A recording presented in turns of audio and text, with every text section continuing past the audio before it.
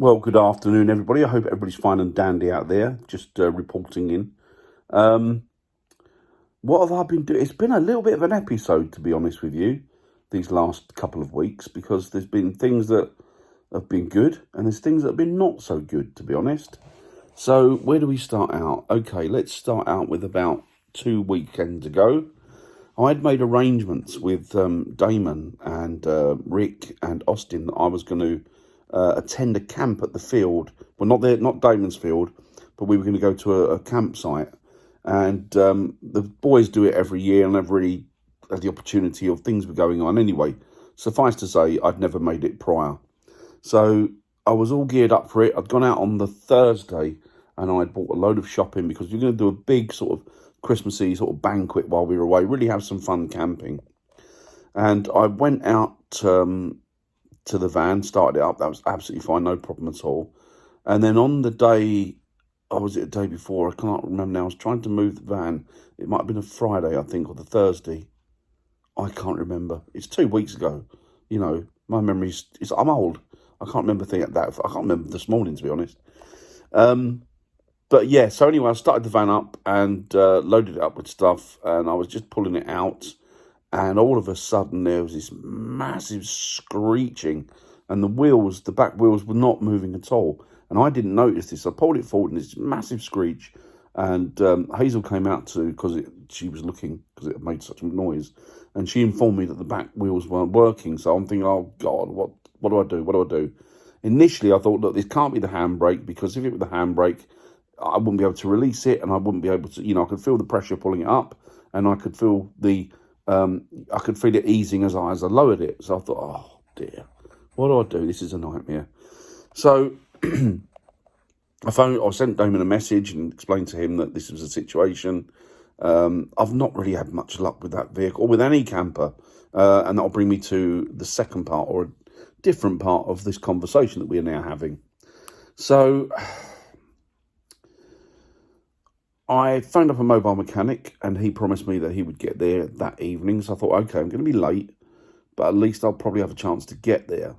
So, as is the case more often than not, this mobile mechanic was noticeable by his absence. He just never materialised, never turned up.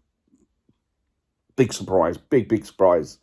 So I tried to contact him, and suffice to say that there was no, he wasn't picking up. There was no answer from his end. So I left it to the Saturday, and I thought, okay, let's see if I can get somebody on Saturday. Phoned a couple of people, they were busy. Anyway, as it happens, the weekend was a bust for me. I'm sure the boys had a lovely time. In fact, they did, and I'm glad and happy about that. But as for me, it was a nightmare. And I just got back to thinking about all the times that I've had a camper, and it's not been the best outcome for me. Because I'm really busy, because I've got other things going on, but, I still want to keep contact with my friends, and camping, or that using the camper van, wasn't really the way to do it. So I thought, okay, let's think of another way of doing it. So, you know me, I love Land Rovers, and I've got a Land Rover. I've actually got a Freelander, and I thought, I've got two vehicles out there. One of them sits there most of the time because obviously with what's just gone on last couple of years, I've not been able to access it or use it. Same as anybody with the camper van, really. And it isn't my daily drive because the Freelander is, the Land Rover is. So I thought, well, you know what? A lot of money sitting out there in the car park, and I'm not actually using it. I'm not doing it. And when I go to use it, because I don't use it very often, there's a problem with it, or, the things get in the way. Life gets in the way sometimes, as you guys know. So I thought, well, what do? I could just get rid of it and keep the Freelander, but I still want to go camping. And there's the problem. The Freelander's, it's probably okay to go camping in, but I didn't think it was the right thing for me. And of course, I've been itching for many years to purchase a Defender, a Land Rover Defender. So I put the van up for sale on one of the marketplace things, or Hazel did, and a guy came yesterday, and to be honest, he kept me out there for two hours, going through the finer points and details of the camper van. Now, you know the camper van, she's 11 years old, so she's not brand new, not by a long stretch. But I would like to think that she's pretty much immaculate. You know, she's really good condition, great quality, not a lot wrong with her.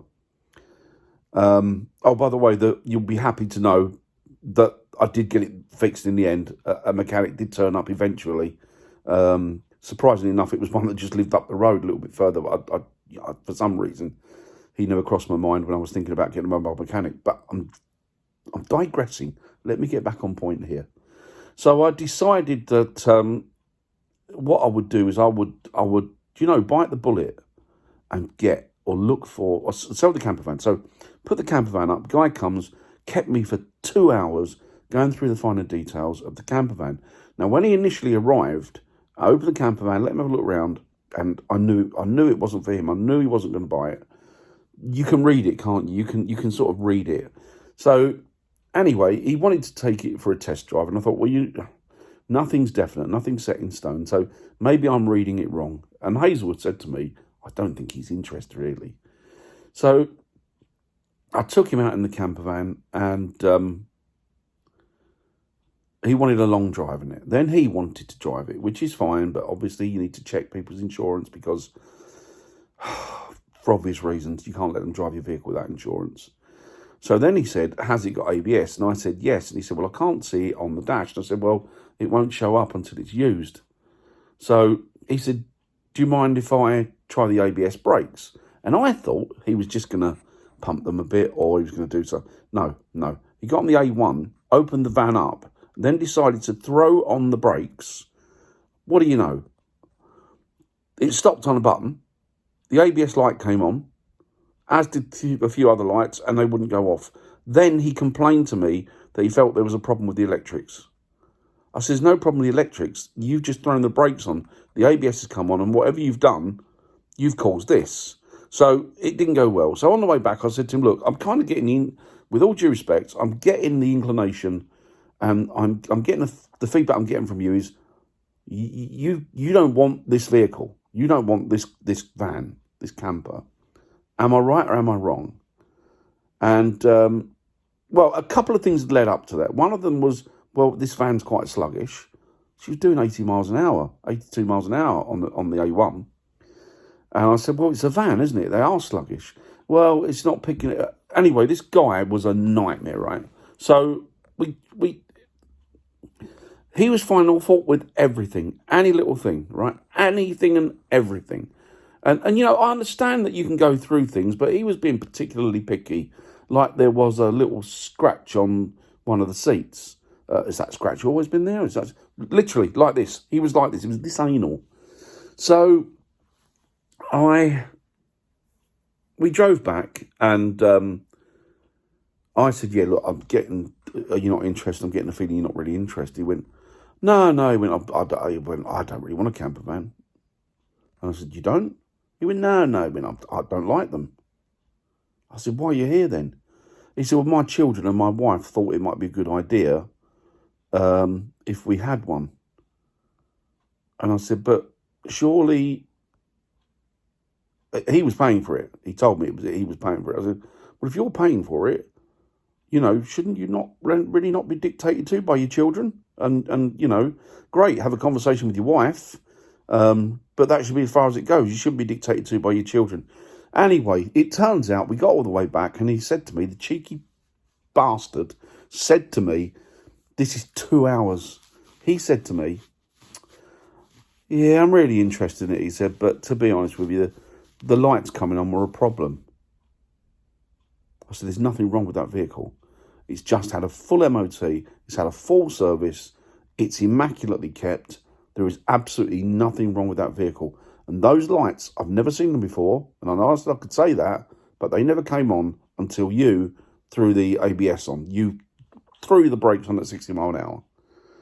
I said, no, I wasn't expecting that. When you said you wanted to test them, I thought you just meant to gently test them or test them, but not like that. Not like that. So anyway, he buggered off. So I felt kind of down. I felt kind of deflated, and I felt like I'd been kicked about because my van, which I love or loved, all of a sudden he sort of, the way he was picking at things, it made me feel awful. It made me feel bad. So I wasn't in the best of moods. So I thought, you know what? I'm just going to go online and I'm going to look for Defenders. So we went online, or I went online, and there's a couple I found. A few of them were a bit...